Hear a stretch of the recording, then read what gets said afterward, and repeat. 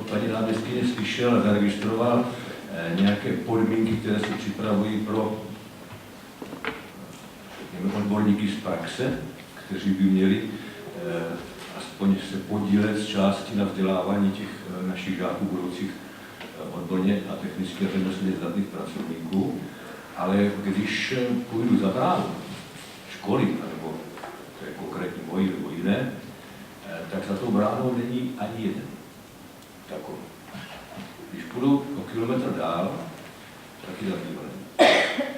Mohu jít ještě dál a dál, nenajít. Poslední 3 roky, až 5. Je to slyšet vůbec? Poslední 3 roky až 5 je tento problém velmi vážný. Neříkám, že dříve nebyl, ale byl řešitelný. Dnes už asi 3 až 5 roků jsem nenarazil na člověka, který by byl aspoň průměrně vzdělán, kvalifikován a mohl vzdělávat řemeslné profese. Takže bych velmi rád poprosil, aby jste tomuto této pozici věnovali pozornost a aby ten mistr odborného cyklu, nebo dneska učitel, aby měl nějaké pevné místo zakotvené ve vašich myšlenkách. A to nejenom ministerstvo, ale třeba i zákonodárce. Já musím poděkovat za tu podporu, kterou jsi si vlastně před chvílí řekla. Já jsem byla tam zahrát nový školní rok, takže my jsme tam spolu diskutovali, takže to je jenom jedna z nějakých dílčích kroků, které se snažíme v rámci té podpory činit. Ale pokud to mohu doplnit ještě, tak já říkám, 3 až 5 roků je to vážný problém. Já jsem před 22 lety, v roce 1995, říkal, kudy jsem chodil, a od té doby to říkám dodnes, že přijde doba, kdy v této republice nebudou být firmy s tím dělat. V roce 1995 jsem to začal říkat. Nikdo s tím nic konkrétního až na výjimky snad neudělá. I tomuto problému je potřeba se podle mého soudu věnovat. My jsme teď zhruba v polovině toho problému. Ten problém bude ještě čím dál tím horší. Až lidé, kterým je dneska tak 40 až 45, a kteří vznikli z těch, řekněme ještě, já bych to příklad, v městě Brně jsme vyučili v roce 1995 a vypustili na té práce 600 až 800 zemníků. V tom roce. Každý rok předtím to bylo v podobných číslech. Od roku 1995 je to 25 až 32. O reprodukci se tady nedá vůbec hovořit. A ty počty jsou velmi slabé. A proto říkám, že těch 45 dneska ještě pár po světě chodí. Takže ten problém ještě umíme nějak řešit, když je velmi složitý. Za 10-15 roků už ho nevyřešíme.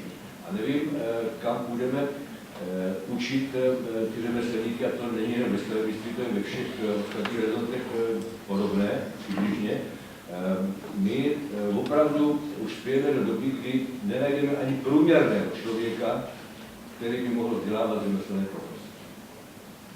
Je to dáno také tím, že pestrá nabídka na, řekněme, střední všeobecně vzdělávací školy, gymnázia a podobně je značná, je neomezená. Na řemeslné profese se hlásí celkem velmi málo žáků a podle mého soudu, možná budu škaredý, jsou to žáci, kteří budou rádi, že budou moci být průměrnými pracovníky zaměstnanci.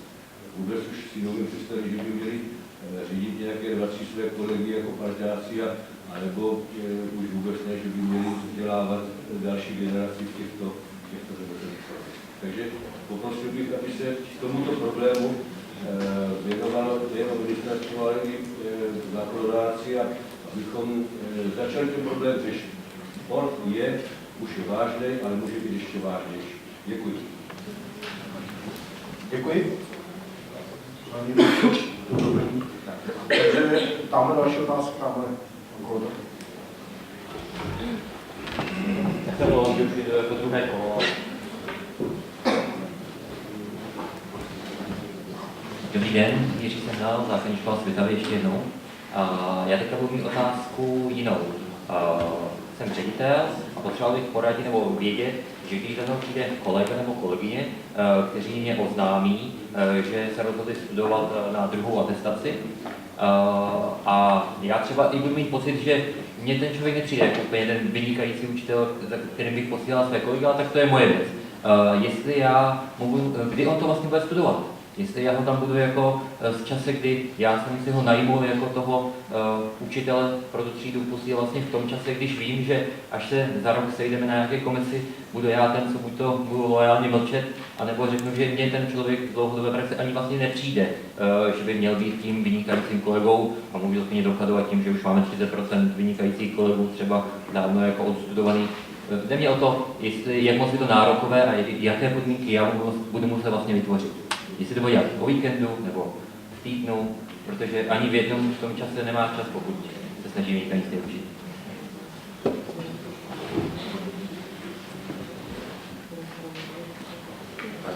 Vy jste hovořil o kariérním stupni 3, to znamená vstup do toho kariérního stupně 3 je dobrovolný. Že jsem říkal, že ten učitel oznámí řediteli, že se do něj přihlásil. Ředitel pak je i členem té atestační komise pro celý kariérní systém. To znamená, tam má prostor se tedy vyjádřit k tomu, jestli ten učitel má požadované kompetence profesní, jestli dosáhne či nikoliv. A my neplánujeme žádné kurzy nebo něco takového, co by bylo povinné pro ty lidi. Oni by vlastně měli ty kompetence prokázat v tom pedagogickém procesu. A oni se mají vzdělávat úspěšně, také mají na to za rok 12 dní, které mohou využívat. Takže vám z toho žádná povinnost nebude plynout, protože se neplánuje, že by povinně měl co si absolvovat. Například, jako když dělá specializovanou pozici, to je něco jiného a tam je předepsané nějaký rozsah vzdělání a samozřejmě to musí potom být po dohodě, ale netýká se kariérní stupně.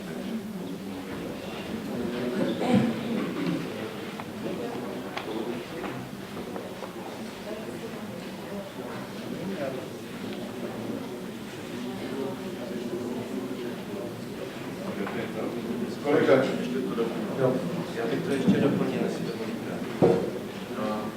Ona dochází k takovému jistému zjednodušení, že když se někde mluví o portfolii, tak je představa, že jsou to v podstatě jenom certifikáty z jednotlivých kurzů. Tak to nikoli. Cílem toho portfolia je v podstatě doložit, že něco umím a že také mám výsledky v tom, co umím. Jo? Takže to také realizuji na té škole a mám v tom výsledky. Takže nejsou to certifikáty z kurzů. A ty kurzy, které my děláme v rámci projektu, ty jsou pak pro tu širokou veřejnost pedagogickou dobrovolné. Je to jenom zaměřeno na jejich podporu, aby to uměli dělat. Takže aby například ředitelé uměli podporovat profesní růst pedagogů na škole. A ti učitelé zase, aby si uměli vést ta portfolia. Ale žádný kurz tam není jakoby povinný pro nikoho, takže on ty znalosti získá za pomoci jiných cest, někde si to přečte na internetu, jde někam na praxi k někomu a prostě uspěje stejně u té zkoušky jako ten, kdo se to naučil na kurzech. Děkuji moc. Já možná něco dodám, já jsem si vědoma toho, že tady možná teďka rozproudíme úplně jinou debatu. Ale jak jsem se tady bavil o tom volnou samostudiu, tak je asi fér tady říci, že to volnou samostudiu v tom zákoně je zachyceno teď trošičku jinak. Stále počítáme s těmi 12 dny, ale v rámci určitého vyvažování jak zájmu ředitele, tak zájmu těch učitelů, tak vlastně to volnou samostudiu bylo rozděleno na takové dvě složky, s tím, že o jedné té složce, o 7 dnech, bude moct rozhodovat stále ředitel, jak o termínu, tak o obsahu, ale 5 dní, o těch si bude moci rozhodnout učitel, jak o termínu, tak o obsahu. Samozřejmě jsou tam nějaké pojistky, tak aby to neznemožnilo provoz školy, to znamená, že učitel to bude muset říct 3 měsíce dopředu a ředitel to povolí, pokud tomu nebrání nějaké závažné provozní důvody, ale je to i z toho důvodu, že právě ten učitel sám se může chtít vzdělávat v nějakých kurzech, které jsou jenom v nějakých termínech a proto aby se sám mohl profilovat, protože je to vlastně i v rámci toho jeho osobního plánu osobního rozvoje, tak jsme vlastně tuhle složku rozdělili. Já tady přiznávám byly o tom velké debaty, nebo stále jsou o tom velké debaty, protože ne všem ředitelům se takhle pozdávalo, že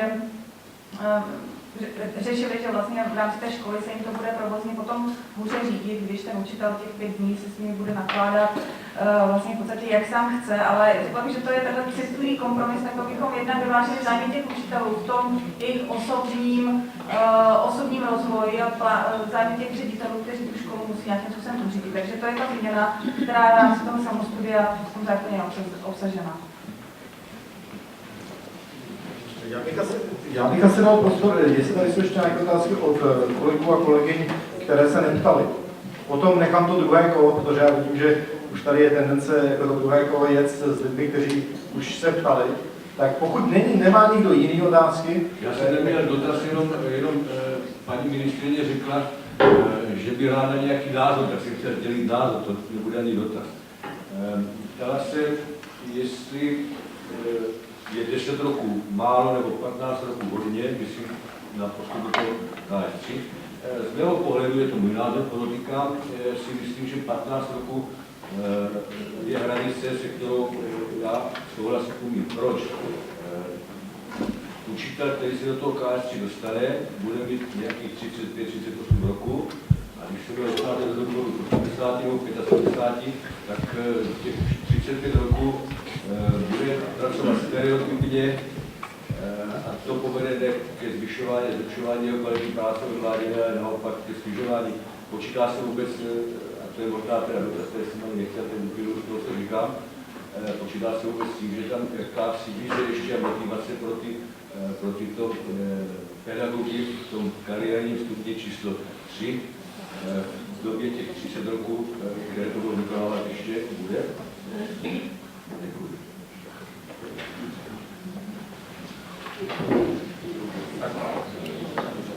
Já vezmu teda ještě další otázku a pak na to zkusí odpovědět někdo z náměstí. Takže tady dopředu se hlásila kolegyně.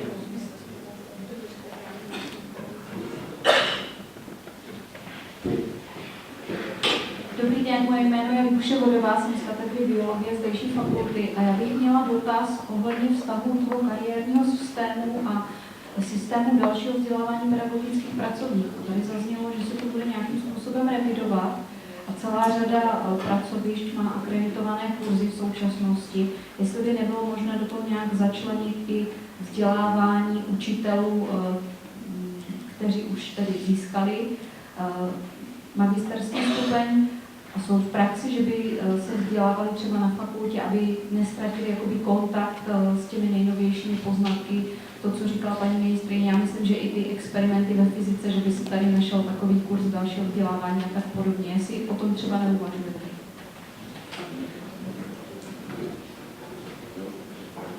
Zapojení fakult s tím se určitě počítá například v rámci toho adaptačního období toho začínajícího učitele. Tak to určitě to je přímo zafixováno i v zákoně. K tomu dalšímu vzdělávání dám kolegovi z FIDV.